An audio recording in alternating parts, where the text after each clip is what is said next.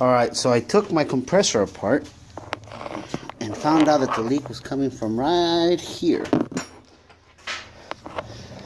This gasket has a hole.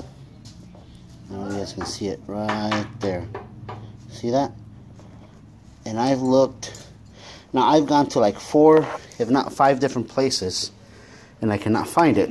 So I'm gonna try to make my own gasket. I don't know how that's gonna work, but I'm gonna give it a shot. And what I'm using is an old tire tube.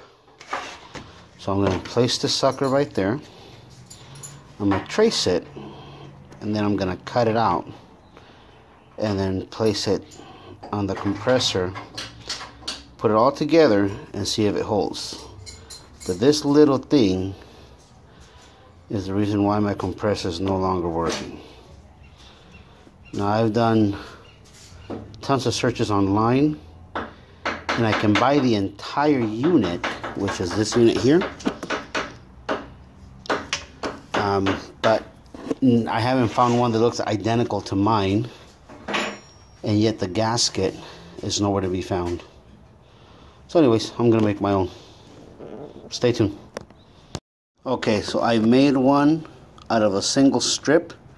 I'm gonna try this. If this doesn't work, then I'm gonna go ahead and make a double it up and see if that holds up.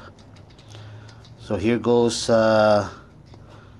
attempt number 1 at making my own gasket to fix my air compressor. Okay, so there it is. My compressor is at about 75 to 80 psi, and it's holding. The gasket worked. So I made a gasket out of an old tire tube to fix my compressor. So if anybody's dealing with an issue like this, that's the trick, guys. I cut a piece of the tube, traced the old ripped gasket, and look at how thin that is. That's like super thin, and it worked. So the other half of this is in my compressor now. Tighten it up at 50, at about 50. Sorry, that's Eli crying. At about 50 psi, it started leaking a little bit. So I tightened up the bolts a little more, and now it's holding. It's holding pressure. So there you go. Fix your own compressor instead of buying a $20, $30 part that might not even fit. Hope this works. Hope this helps you guys in any way. So, alright. See ya.